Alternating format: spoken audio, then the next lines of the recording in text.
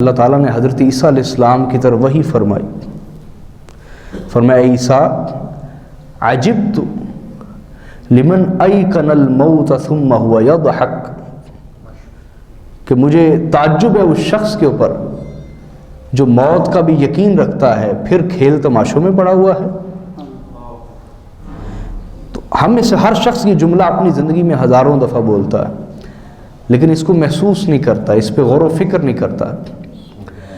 دیکھیے قرآن جیسی کتاب ہدایت بھی اگر اس میں تدبر نہ کیا جائے، غور و فکر نہ کیا جائے، اور غور و فکر کیے بغیر آپ اس کو پڑھتے چلے جا رہے ہو نا، تو آپ کے اوپر وہ اثر نہیں چھوڑے گی کتاب قرآن پاک۔ بعض اوقات انسان کے ذہن میں شیطانی وسوسہ آتا ہے کہ یہ تو معمول کی باتیں ہیں۔ میری بات سمجھ آ رہی ہے نہیں آ رہی؟ اس لیے اللہ رب العزت نے اس کا جواب جگہ جگہ قرآن میں خود دیا ہے۔ مثلا ارشاد فرمایا کلا بل ران علی قلوبہم ما کانوا یکسبون، کہ یہ جو تم کبھی کبھی سوچتے ہو کہ قرآن کا اثر کیوں نہیں ہو رہا، تو یہ ان گناہوں کا زنگ ہے جو تمہارے دلوں پہ چڑھ گیا ہے، وہ گناہ جو تم کرتے رہتے ہو۔ خود جواب دیا قرآن پاک نے جگہ جگہ۔ کہیں فرمایا ہے لیتذکر اولو الالباب، قرآن نصیحت کی کتاب ہے، کیا؟ نصیحت کی کتاب، لیکن ملے گی اسے لیتذکر، جو نصیحت حاصل کرے گا۔ اور ایک جگہ ارشاد فرمایا لیتدبروا فیہا، ہم نے قرآن اس لیے نازل کیا ہے کہ تم اس کے لفظوں میں، اس کی آیتوں میں، اس کی باتوں میں غور و فکر کرو۔ اگر آپ غور و فکر نہیں نہ کریں گے، وہ آپ کو ایک ہدایت والا سلسلہ آپ کا شروع نہیں ہو پائے گا قرآن کے ساتھ۔ کچھ ہم جیسے ناقص لوگوں کی باتیں کیا اثر کریں گی اگر آپ غور و فکر کا تعلق قرآن سے نہ رکھیں اور دلوں کے اوپر وہ زنگ چڑھے ہوئے ہوں، تو پھر اثر کہاں سے ہوگا؟ میری بات آپ سمجھ رہے ہیں یا نہیں سمجھ رہے؟ بولیے۔ اس لیے یہ محفلیں اس لیے ہوتی ہیں کہ ہم میں سے ہر شخص اللہ کے حضور استغفار کرے، جو چلا گیا اس کے لیے بھی استغفار کرے، جو موجود ہیں وہ اپنے لیے بھی بولیے استغفار کرے۔ استغفار کا معنی ہوتا ہے اللہ سے معافی مانگنا، اللہ تعالیٰ سے۔ یہ میرے ہاتھ میں مشکات المصابیح حدیث کی کتاب ہے، مشکات شریف، اس سے میں آپ کے سامنے چند حدیث پیش کروں گا جس میں نبی علیہ الصلوۃ والسلام نے اسی چیز کی ہمیں بار بار تلقین کی ہے۔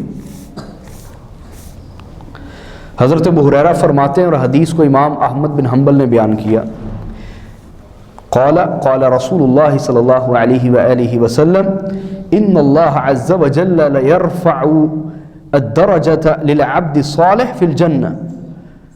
ارشاد فرمایا نبی علیہ الصلوۃ والسلام نے کہ اللہ تعالیٰ قبر والے کا درجہ جنت میں بلند فرماتا ہے۔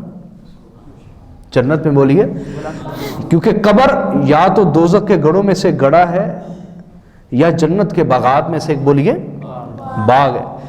تو ارشاد فرمایا بے شک اللہ تعالیٰ قبر میں اپنے بندے کا درجہ، صالح بندے کا درجہ جنت میں بلند فرماتا ہے۔ فیقول یا ربی ان لی ہذہ، تو وہ شخص پوچھتا ہے یا اللہ میں تو اب کوئی عمل نہیں کر سکتا، جو میں نے کرنے تھے وہ تو کر لیے، جو مجھے ملنا تھا وہ تو مل گیا، درجہ کیسے بلند ہو گیا؟ اب تو میں نے کوئی نیکی نہیں کی نا یہاں قبر میں، نہ یہاں نیکی کر سکتا ہوں نہ بدی کر سکتا ہوں، عمل کا رشتہ ہی کٹ گیا۔ عمل کا بولیے، بولے نا یار صاحب، اگر آپ بیٹھے، جب تک میں نے بولنا اپنے بیٹھنا تو ہے ہی، انسان کو ہدایت کا رشتہ جوڑ کے بیٹھے تو کچھ سیکھ لیتا ہے۔ عمل کا رشتہ بولیے کٹ جاتا ہے نا موت کے ساتھ ہی۔ تو وہ پوچھتا ہے یا اللہ ان لی ہذہ، میرا درجہ کیسے بلند ہوا؟ فیقول باستغفار ولدک لک، اللہ تعالیٰ فرمائے گا تیرے بیٹے نے تیرے لیے استغفار کیا ہے،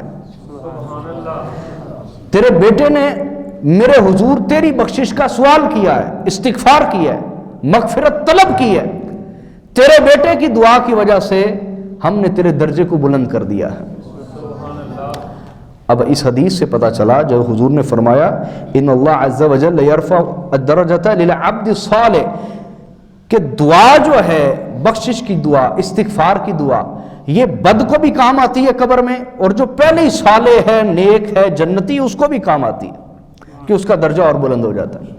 اس کا درجہ بولیے یہ وہ بات ہے جو میں نے ابھی آپ کو تمہیدی طور پہ بھی عرض کی کہ اس محفل کا مقصد جو فوت ہو گیا اس کے لیے بھی بخشش کی دعا کرنا اور اپنے لیے بھی بخشش کی دعا کرنا ہوتا ہے. یہ صرف منہ دکھائی نہیں ہوتی، یہ محفل منہ دکھائی نہیں ہوتی، تو ہمیں اس کو تبدیل کرنا چاہیے. میں تو اکثر جگہ یہ بات کرتا ہوں، آج ملکی حالات سے ہر شخص پریشان ہے یا نہیں؟ جو بھی اپنے وطن کا درد رکھتا ہے، ملک کا درد رکھتا ہے، وہ اس تکلیف کو محسوس کرتا ہے یا نہیں؟ لیکن عجیب بات یہ ہے کہ ہم میں سے ہر شخص جن بری عادتوں کا شکار ہے وہ انہیں پر پھر بھی قائم ہے. یعنی یوں لگ رہا ہے کہ جیسے شاید ملک ہی ختم ہو جائے، سب کچھ چلا جائے. اور ایک غلط تصور جو ہمارے لوگوں نے پیسے لینے کے لیے کیا ہمارے ذہنوں میں ڈال دیا ہوا ہے، کیونکہ ہم پیسے پھینکتے ہیں نا ایسی چیزوں پر. وہ کیا ہے؟ پاکستان اسلام کے نام پر بنا ہے، اس کو کوئی نہیں مٹا سکتا. یہ غلط تصور ہے جو ہمارے دماغوں میں صرف اس لیے ڈالا جاتا ہے کہ ہم خوش ہو کے داد دیں، پیسے دیں. اللہ کے بندو، اس کے دو جوابات ہیں. پہلا جواب یہ ہے، اللہ تعالیٰ نے سورۃ البقرہ کو ہی قرآن پاک کے آغاز میں کیوں رکھا؟ حالانکہ نزول کے اعتبار سے پہلی سورت کون سی ہے؟ سورہ الاقرا، اقرا بسم ربک الذی خلق. تو پہلے تو وہ ہونی چاہیے تھی نا. سورۃ البقرہ تو 13 سالہ مکی دور میں آئی نہیں، نازل ہی نہیں ہوئی. اس کو تو مکی دور میں نازل ہونے والی سورتوں کے بعد آنا چاہیے تھا نا. نہیں بات سمجھ رہے؟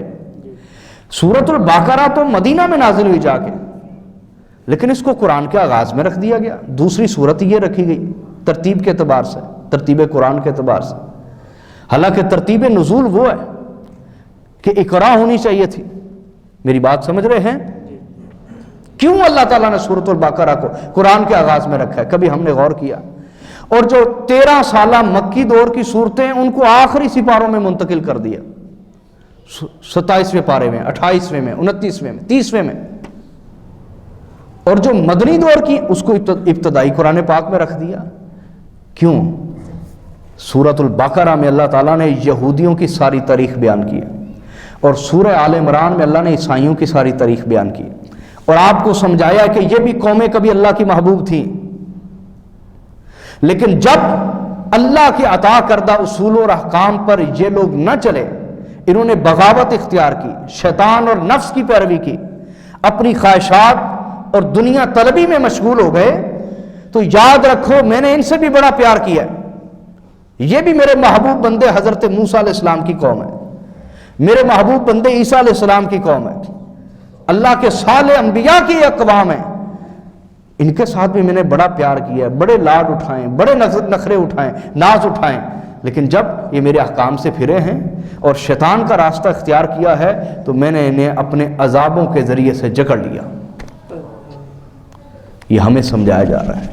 قرآن جگہ جگہ کہتا ہے کہ یہ جو تم کہتے ہو نا یہ تو پچھلے لوگوں کی کہانی ہے، تمہیں سنائی کیوں جا رہی ہیں؟ چلو تمہاری بات مان لیتے ہیں، کہانی ہے، سنائی کیوں جا رہی ہیں؟ سنائی اس لیے جا رہی ہیں، وہ بھی انسان تھے، تم بھی انسان ہو، وہ بھی نبیوں کے پیروکار تھے، تم بھی ایک پیغمبر کے پیروکار ہو. لیکن جب انہوں نے اپنے نبی کا راستہ چھوڑا، ہم نے اپنے عذاب کی گرفت میں انہیں لے لیا. تم بھی اگر میرے نبی کے راستے سے ہٹو گے اور شیطان اور نفس اور دنیا کے طریقوں اور رسم و رواج کو اپنا نصب العین بنا لو گے تو پھر کان کھول کے سن لو، تمہارے لیے بھی اللہ کا معیار وہی ہوگا جو دوسری قوموں کے لیے تھا. اور میں کوئی خطیبانہ بات نہیں کر رہا، آپ میرے کہنے پر قرآن پڑھیے. جو بندہ اردو پڑھنا جانتا ہے نا وہ ترجمے سے قرآن پاک کھول لے، سورۃ البقرہ سارا سٹڈی کرے، پوری سورۃ البقرہ ترجمے سے پڑھ لے، سورہ آل عمران ترجمے سے پڑھ لے. وہ حیران ہو جائے گا کہ جو باتیں آج ہم کہتے ہیں ایک ایک بات وہی بات بنی اسرائیل پہلے کہہ چکی ہے. مثلا ہم جو مرضی گناہ کرتے رہیں، ہم چند دن دوزخ میں رہیں گے، اس کے بعد جنت میں چلے جائیں گے. ہم بھی آج یہی کہتے ہیں. اللہ نے جگہ جگہ فرمایا اتخذتم عند اللہ عہدا، کیا اللہ نے تمہارے ساتھ کوئی وعدہ کیا ایسا؟ کیا اللہ نے تمہیں کوئی ضمانت نامہ لکھ کے دیا ایسا؟ لاؤ ضمانت نامہ کہاں لکھ کے دیا؟ اگر تمہارے اعمال کی وجہ سے تمہیں ایمان پہ موت ہی نہ آئی تو کہاں کی شفاعت اور کہاں کی جنت اور گناہوں کے بعد جنت؟ کون سے سودے؟ آج جس فریب کا تم شکار، جو باتیں آج ہم کہتے ہیں نا، بہانہ بنا کے اپنے آپ کو مطمئن کرنے کی کوشش کرتے ہیں کہ نہیں بس ٹھیک ہے، چل جائے گا، نظام چل جائے گا یار، دیکھی جائے گی، خیر ہوگی، ہاں، سیاست گناہ کرتے چلے جا رہے ہیں۔ ہاں، تو جو لوگ واقعی اہل جنت تھے، بلکہ جنتیوں کے سردار تھے، انہوں نے کیا فرمایا؟ حضرت مولا علی المرتضیٰ فرماتے ہیں کہ یہ بھی ایک عظیم گناہ ہے کہ انسان گناہ نہ چھوڑے اور جنت کی خواہش کرے، جنت کی بولیے خواہش کرے۔ جگہ جگہ اللہ پاک قرآن پاک میں فرماتے ہیں، آپ قرآن کو جب پڑھیں گے نا، آپ کو میری باتیں سچی لگیں گی، اور جب آپ اپنے نفس کے پیچھے چلیں گے اور لالچی خطیبوں کے پیچھے چلیں گے، تب آپ مجھے جھٹلا دیں گے کہ میں غلط باتیں کہہ رہا ہوں۔